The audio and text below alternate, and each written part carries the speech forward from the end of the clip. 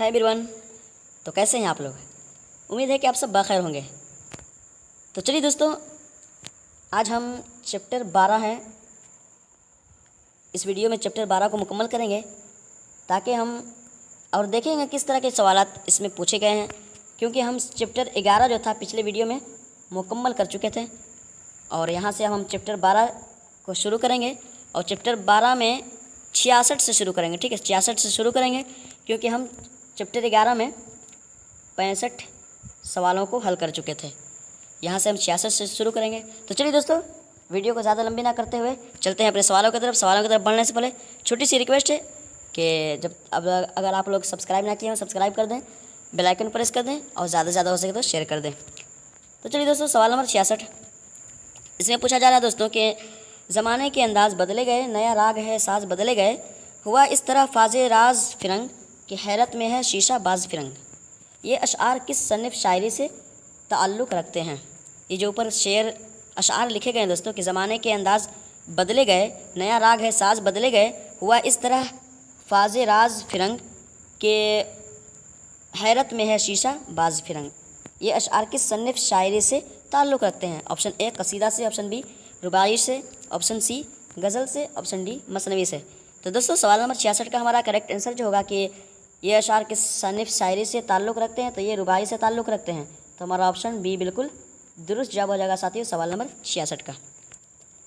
सवाल नंबर 67 सवाल नंबर 67 में पूछा जा रहा है कि ख्वाजा अहमद अब्बास के अफसानवी मजमुआ दिया जले रात सारी रात में कुल कितने अफसाने शामिल हैं?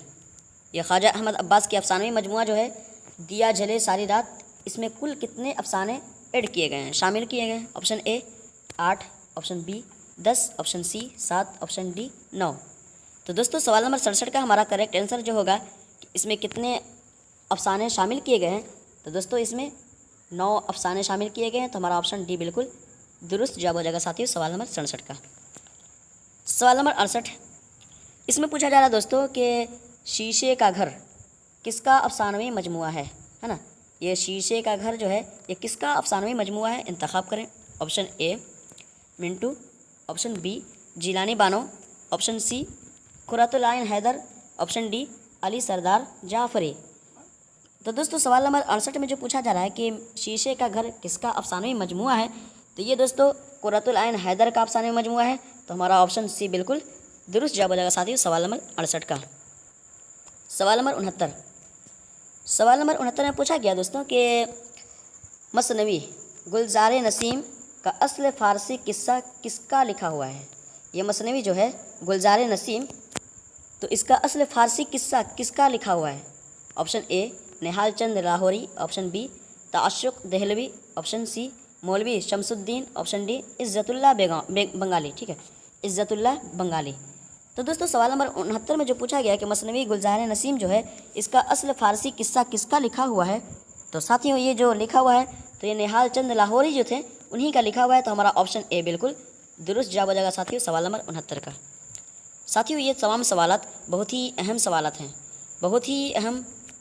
इसी टाइप के सवालात पूछे जाते हैं और यही सवालात पूछे जाते हैं क्योंकि ये पिछले सालों में मतलब 2-3 साल पहले ये सवालात आ चुके हैं। तो चलिए साथियों, सवाल नंबर 70 को देखते हैं। सवाल नंबर 70 इसमें पूछा जा रहा है कि लीनन के उन्वान से इकबाल के अलावा किस दूसरे शायर ने नज़्म लिखी? लीनन जो है इसके उन्वान से इकबाल के अलावा है ना, अल्लामा इकबाल के अलावा किस दूसरे शायर ने नज़्म लिखी? ऑप्शन ए जोश, ऑप्शन बी फैज़ ने लिखी, ऑप्शन सी सरदार जाफरी ने लिखी, ऑप्शन डी मजाज ने लिखी। तो दोस्तों, सवाल नंबर 70 का हमारा करेक्ट आंसर जो होगा कि लीनन के उन्वान से इकबाल के अलावा किस दूसरे शायर ने नज़्म लिखी, तो वो जो दूसरे शायर जो नज़्म लिखे थे लीनन के उन्वान से तो वो थे सरदार जाफरी थे। तो हमारा ऑप्शन सी बिल्कुल दुरुस्त जवाब हो जाएगा साथियों सवाल नंबर 70 का। सवाल नंबर 71 सवाल नंबर 71 में पूछा जा रहा है दोस्तों कि एक एक लफ्ज़ और एक एक मिसरा पर बहस करके है ना, एक एक मिसरा पर बहस करके उसका तजर्बा करना और असल मतन का तयन करना किस तनकीद का काम है? इसमें जो पूछा गया ये थोड़ा सा लंबा सवाल था दोस्तों, इसी वजह से थोड़ा सा छोटा किया गया कि एक एक लफ्ज़ और एक एक मिसरा पर बहस करके उसका तजर्बा करना और असल मतन का तयन करना किस तनकीद का काम है? ऑप्शन ए साख्तियाती तनकीद, ऑप्शन बी साइंटिफिक तनकीद, ऑप्शन सी मतनी तनकीद, ऑप्शन डी उसलूबियाती तनकीद। तो दोस्तों सवाल नंबर 71 का जो हमारा बिल्कुल सही जवाब जो होगा कि हाँ, अगर एक एक लफ्ज़ और एक एक मिसरा पर बहस करके उसका तज्जिया, ठीक है, उसका तज्जिया करना और असल मतन का तयन करना, ये मतनी तनकीद का काम है, ठीक है, मतनी तनकीद। तो हमारा ऑप्शन सी बिल्कुल दुरुस्त जवाब हो जाएगा साथियों सवाल नंबर 71 का। सवाल नंबर 72, इसमें पूछा गया कि ज़मज़म कैसरी, है ना, ज़मज़म कैसरी किसकी नज़्म है? ये ज़मज़म कैसरी जो है किसकी नज़्म है? Option A Mohammad Hussain Azad, option B Mushafi, option C Meeraji, option D Sarwar Jahan Abadi. तो दोस्तों सवाल नंबर 72 का हमारा करेक्ट आंसर जो होने वाला है कि ज़मज़म कैसरी जो है ये किसकी नज़्म है? तो दोस्तों ये जो नज़्म है ये सरवर जहाँ आबादी की है। तो हमारा ऑप्शन डी बिल्कुल दुरुस्त जवाब हो जाएगा साथियों सवाल नंबर 72 का। सवाल नंबर 73, सवाल नंबर 73 में पूछा गया गाती का दुपट्टा, है ना, गाती का दुपट्टा चमक में बरक कुलाहे ज़ीरी बालाए फ़रक है। इसमें बालाए फ़रक के क्या माना है? ये जो लिखा हुआ है गाती का दुपट्टा चमक में बरक है कुलाहे ज़ीरी बालाए फ़र्क है, इसमें बालाए फ़र्क जो है, इसमें बालाए फ़र्क के क्या माना है? ऑप्शन ए सर पर, ऑप्शन बी खूंटी पर, ऑप्शन सी आसमान पर, ऑप्शन डी हथेली पर।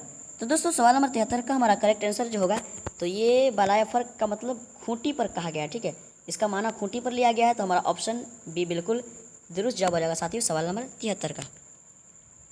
सवाल नंबर 74, सवाल नंबर 74 में पूछा गया कि दरियाए लताफ़त किस फ़न की किताब है? ये दरियाए लताफ़त जो है ये किस फ़न की किताब है? ऑप्शन ए कवायदो ज़बान, ऑप्शन बी दास्तान, ऑप्शन सी गज़ल, ऑप्शन डी वासोख्त। तो दोस्तों सवाल नंबर 74 का हमारा करेक्ट आंसर जो होगा कि दरियाए लताफ़त जो है ये किस फ़न की किताब है? तो ये कवायदो ज़बान की, है ना, कवायदो ज़बान की किताब है ना, ये कवायदो ज़बान से रिलेटेड है। तो हमारा ऑप्शन ए बिल्कुल दुरुस्त जवाब हो जाएगा साथियों सवाल नंबर 74 का। सवाल नंबर 75, सवाल नंबर 75 में पूछा जा रहा है कि खराबा दिल्ली का दहचंद बेहतर लखनऊ से था, खराबा दिल्ली का दहचंद बेहतर लखनऊ से था, वहीं में काश मर जाता सरासीमा न आता यहाँ, ठीक है, ये शेर किसका है? ये जो कहा गया कि खराबा दिल्ली का दहचंद बेहतर लखनऊ से था, वहीं में काश मर जाता सरासीमा न आता यहाँ, ये शेर किसका है? तो दोस्तों ऑप्शन ए मीर हसन की, ऑप्शन बी वजही का, ऑप्शन सी हाली का, ऑप्शन डी वली का। तो दोस्तों सवाल नंबर 75 का हमारा करेक्ट आंसर जो होगा कि ये शेर जो है मीर हसन का है। तो हमारा ऑप्शन ए बिल्कुल दुरुस्त जवाब हो जाएगा साथियों सवाल नंबर 75 का। तो साथियों सवाल नंबर 76 को देखते हैं। सवाल नंबर 76, इसमें पूछा गया दोस्तों कि कुत्ता किसका इंशाइया है? ये कुत्ता जो है ये किसका इंशाइया है? इंतखाब करें। Option A Kanhaiya Lal Kapoor, option B Mirza Hasan Nizami, option C Mirza Ali Lutf, option D पतरस बुखारी। तो साथियों ये तमाम सवालात दोस्तों बहुत ही अहम सवालात हैं और इससे भी टफ़, इसी तरह के क्वेश्चन टफ़ बहुत ही हार्ड सवालात पूछे जाते हैं और ये सवाल बनाने में बहुत ही मुश्किल होती है दोस्तों, हैं, क्योंकि किताब से देखना, किताब से कॉपी करना, कॉपी करके फिर किताब से मतलब पढ़ना, पढ़ने के बाद फिर इसको क्रिएट करना। तो साथियों सवाल नंबर 76 का हमारा जो पूछा गया कि कुत्ता किस का इंशाइया है? तो दोस्तों ये कुत्ता जो है ये पतरस बुखारी जो थे उन्हीं का इंशाइया है, ठीक है, पतरस बुखारी जो है उन्हीं का इंशाइया। तो हमारा ऑप्शन डी बिल्कुल दुरुस्त जवाब हो जाएगा साथियों सवाल नंबर 76 का।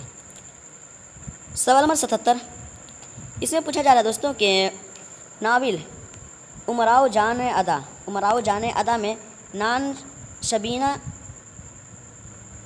किसका मोहताज, नान शबीना का मोहताज कौन है? अच्छा ना यहाँ काम होना चाहिए, ठीक है, नान शबीना का मोहताज।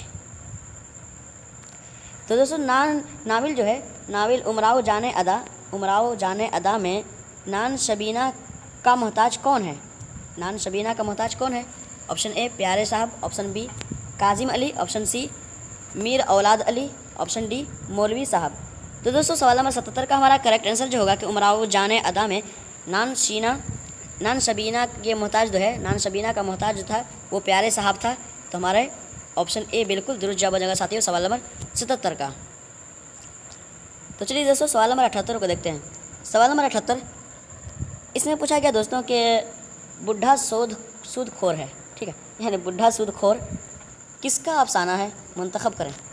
बुढ़ा सूदखोर किसका अफसाना है, मुंतखब करें। Option A Ghawasi, option B Nusrati, option C Ismat Chughtai, option D Ibn Nishati. तो दोस्तों सवाल नंबर 78 का हमारा करेक्ट आंसर जो होने वाला है कि बुढ़ा सूदखोर किसका अफसाना है, मुंतखब करें।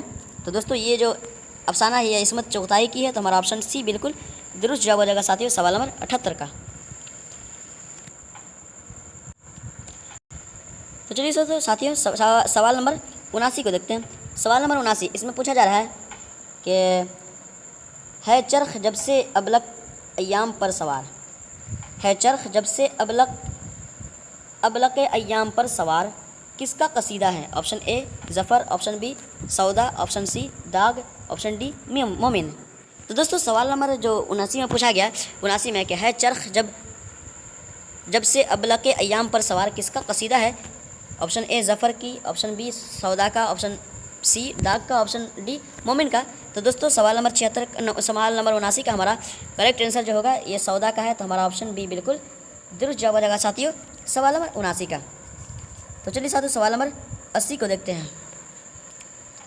साथियों सवाल नंबर जितने सवाल पूछे जाते हैं दोस्तों बहुत टफ सवाल पूछे जाते हैं, क्योंकि यूजीसी नेट जेआरएफ जो हो रहा है आप उर्दू से कर रहे हैं, पीएचडी में हिस्सा ले रहे हैं दोस्तों, और आप डॉक्टर का खिताब लेना चाह रहे हैं, डॉक्टर बनना चाह रहे हैं दोस्तों, रिसर्च के फील्ड में माहिर होने वाले हैं आप, तो दोस्तों बहुत ही कठिन सवाल आते हैं उर्दू से भी।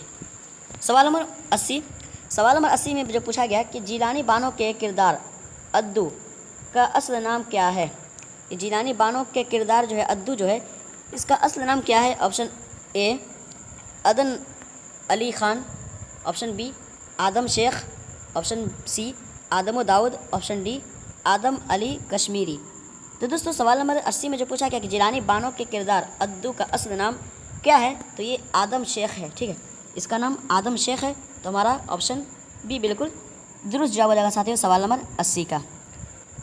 साथियों अगर यूजीसी नेट में जितना भी हार्ड क्वेश्चन पूछे जाए, जितना भी टफ क्वेश्चन पूछे जाए, इंशाल्लाह अगर हम अच्छे से तैयारी करें, मेहनत करें, लाख जतन के साथ, गौर व फिक्र के साथ मेहनत लगाकर, तो ज़रूर हम हर एग्ज़ाम में पास होंगे दोस्तों। ये सवालात कुछ भी नहीं, हर एग्ज़ाम को हम बआसानी करेक्ट कर सकते हैं, जेआरएफ करेक्ट करेंगे। तो चलिए साथियों सवाल नंबर 81, इसमें पूछा जा रहा है दोस्तों कि झेल में कौन सा नक़ाद है ना, कौन सा नक़ाद तासराती तनकीद में शामिल नहीं।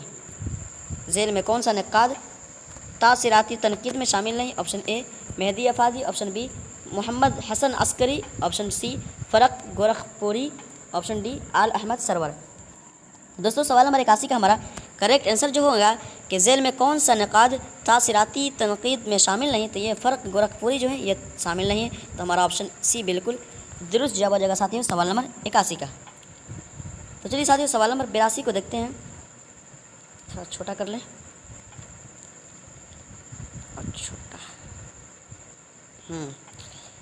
सवाल नंबर 82 में पूछा जा रहा है दोस्तों काजी अब्दुल वदूद ने तहकीक की क्या तारीफ़ की है। ये काजी अब्दुल वदूद जो थे वो उन्होंने तहकीक की क्या तारीफ़ की है, वो किस तरह की तारीफ़ की है तहकीक के बारे में। ऑप्शन ए हक़ाइक़ की बाज़याफ्त तहकीक का मकसद है, ऑप्शन बी तहकीक सच्चाई की तलाश है, ऑप्शन सी तहकीक किसी अमर को उसकी असल शक्ल में देखने की कोशिश है, option D none of this, यानी कि इनमें से कोई है ये नहीं। तो साथियों सवाल नंबर 82 में जो पूछा गया कि काजी अब्दुल वदूद ने तहकीक के क्या तारीफ़ किए थे, तो दोस्तों वो अब्दुल वदूद जो थे वो तहकीक की जो तारीफ़ किए थे तो वो ये किए थे कि तहकीक सच्चाई की तलाश है, ठीक है, तहकीक सच्चाई की तलाश है, तो हमारा ऑप्शन बी बिल्कुल दुरुस्त जवाब हो जाएगा साथियों सवाल नंबर 82 का। सवाल नंबर 83 में पूछा जा रहा है कि तनकीद शेरुल अज़्म जो है तनकीद शेरुल अज़्म किसकी तसनीफ़ है। Option A Shibli Nomani, option B Syed Sulaiman Nadvi, option C Qazi Abdul Wadood, option D Mahmood Sherani. तो दोस्तों सवाल नंबर 83 का हमारा करेक्ट आंसर जो होगा कि तनकीद शेरुल अज़्म जो है ये किसकी तसनीफ़ है, तो ये शिबली नोमानी की तसनीफ़ है दोस्तों, है ना। ये 83 का हमारा ए बिल्कुल दुरुस्त जवाब हो जाएगा साथियों सवाल नंबर 83 का। सवाल नंबर 84, इसमें पूछा गया दोस्तों कि मोम की मरियम किसका अफसाना है। ये मोम की मरियम जो है ये किसका अफसाना है। Option A Dagh Dehlvi, option B Hasan, option C Faiz, option D Ismat Chughtai. तो दोस्तों सवाल नंबर 84 का हमारा करेक्ट आंसर जो होगा कि मोम की मरियम जो है किसका अफसाना है, तो ये इस्मत चुगताई की है। तो हमारा ऑप्शन डी बिल्कुल दुरुस्त जवाब हो जाएगा साथियों सवाल नंबर 84 का।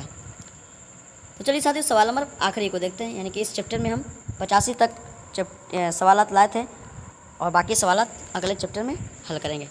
सवाल नंबर 85 इसमें पूछा गया दोस्तों कि शबनम है ना, ये शबनम जो है ये किसका नाविल है, इंतखाब करें। शबनम जो है ये किसका नाविल है, इंतखाब करें। तो साथियों उन नाज़रीन से छोटी सी रिक्वेस्ट करूँगा, जब तक सब्सक्राइब ना किए सब्सक्राइब कर दें, बेल आइकन प्रेस कर दें, क्योंकि दोस्तों ये सवालात क्रिएट करने में, बनाने में बहुत ही मुश्किल होती है। दोस्तों हम चाहते हैं कि हम UGC नेट कर रहे हैं तो हमारे दोस्तों अहबाब जो हैं जो उर्दू से रिलेटेड UGC नेट JRF करना चाह रहे हैं, उन्हें भी कुछ फ़ायदा हासिल हो और उन्हें भी इस वीडियो से, अगर उनके पास किताब ना हो तो वीडियो ही से कम वो पढ़ सकें, उसकी तैयारी बआसानी कर सकें और अच्छे नंबरात से कामयाब हो सकें। तो दोस्तों इसलिए वीडियो का बनाने का मकसद है। तो साथियों सवाल नंबर 85 का हमारा करेक्ट आंसर जो होगा कि शबनम किसका नाविल है, इंतखाब करें।